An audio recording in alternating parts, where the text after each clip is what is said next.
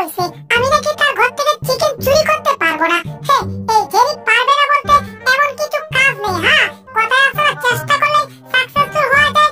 যাই হোক, আসলে এটা যেমন তেমন চিকেন না, এটা হচ্ছে একটা জাদুর চিকেন, যেখানে আমি সাধারণ চিকেন দেখলে আমি ঠিক থাকতে পারি না, আর সেখানে জাদুর চিকেন টমের ঘরে থাকবে সেটা তো আমি মোটেই মানতে পারি না। তাই তো টম এখন ঘুমাচ্ছে, এই সদিতে টমের ফ্রিজ থেকে চিকেন চলে আসছে আমার হাতে।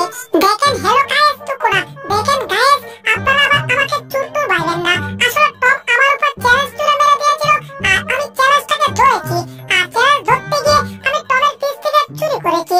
দেখেন আমি কিভাবে টমের সামনে কমর ঝুলাচ্ছি, কিন্তু টম কিছুই করতে পারছে না, সে আমার চ্যালেঞ্জ তুলে দেয়। এখন তো আমি তার সামনে এক প্রকার নাচতে নাচতে চোখের মতো ঘুরান দিয়েছি, তাও কিন্তু টম কিছুই বুঝতে পারলো না। তবে আরেকটা কথা মাথায় রাখবেন, আপনি যতই অপরাধ করে অপরাধ ঢাকার চেষ্টা করেন না কেন, অপরাধের চিহ্ন কিন্তু একটা থেকেই যায়। যেমন আমার চিকেন থেকে গ্রাম বের হলো, আর টমের নাকে সেই গ্রাম চলে গেল। কিরে, এই গ্রাম তো আমি স্বপ্নে দেখছি না, এই গ্রাম তো বাস্তবে আমার নাকে লাগছে।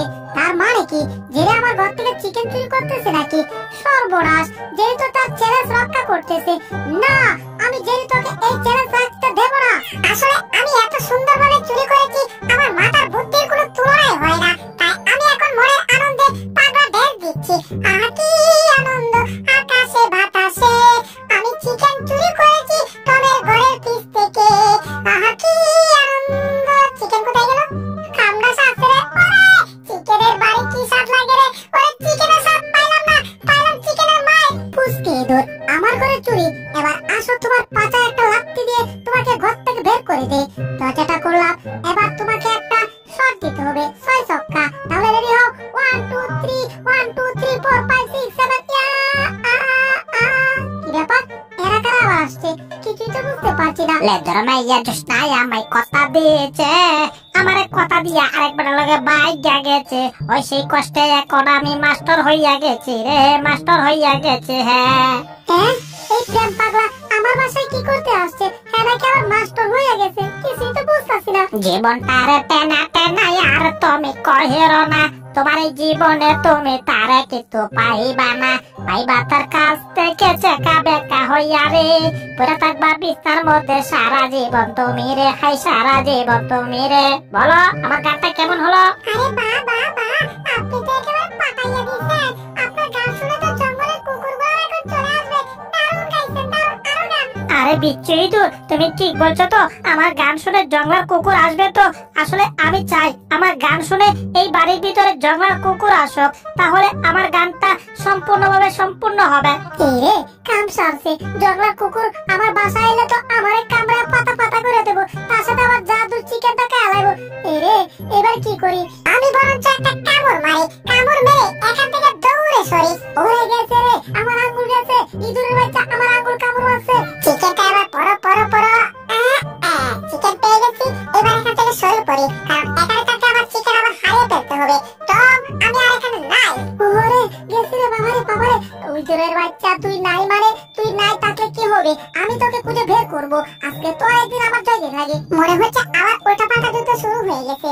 আমরা দাঁড়িয়ে দাঁড়িয়ে শুধু দেখবো। মামু চালিয়ে যাও, আমি তোমাদেরকে সমর্থন করলাম, চালিয়ে যাও। দারুণ হচ্ছে। এবার দেখি টম কি করে। পুষ্কে দূর, তোকে আমি ঠিকই ধরে ফেলবো। দাঁড়া, তুই দৌড়ে যাচ্ছিস ওইদিকে না, আমি তোর সামনে চলে যাব।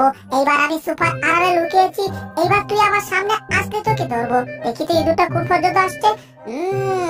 ইঁদুরটা চলে আসছে, এবার ইঁদুরটার সামনে দাঁড়াবো। এই পুষ্কি ইঁদুর দাঁড়া, এইবার কি করবি? এবার তুই পালাবি কি করে? ওরে গেছি রে, আমার পায়ে কি দূর ছিল।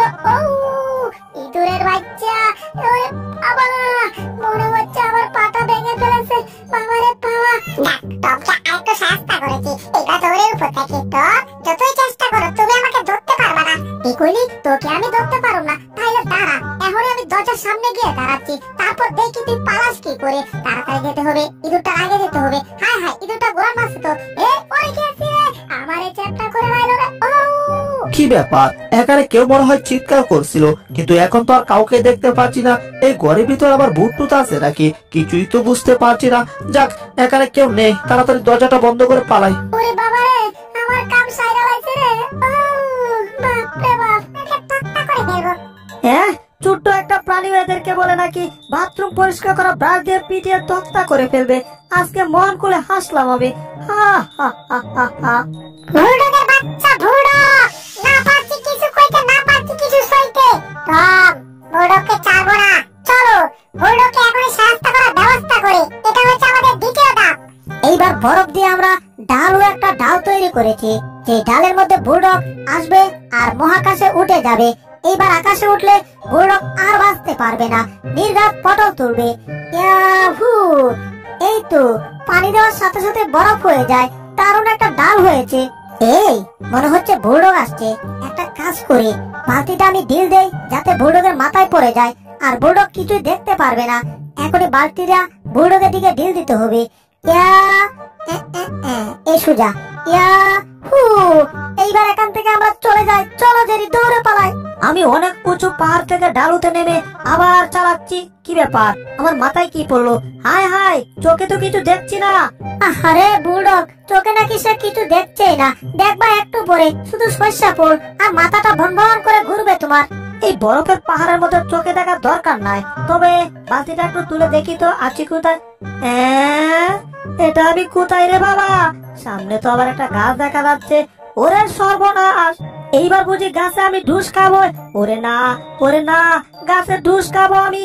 ওরে না, কি সর্বনাশ, বাপরে বাপ। গেছে রাত্রে একজনের বাথরুম চুরি হয়ে গেছে।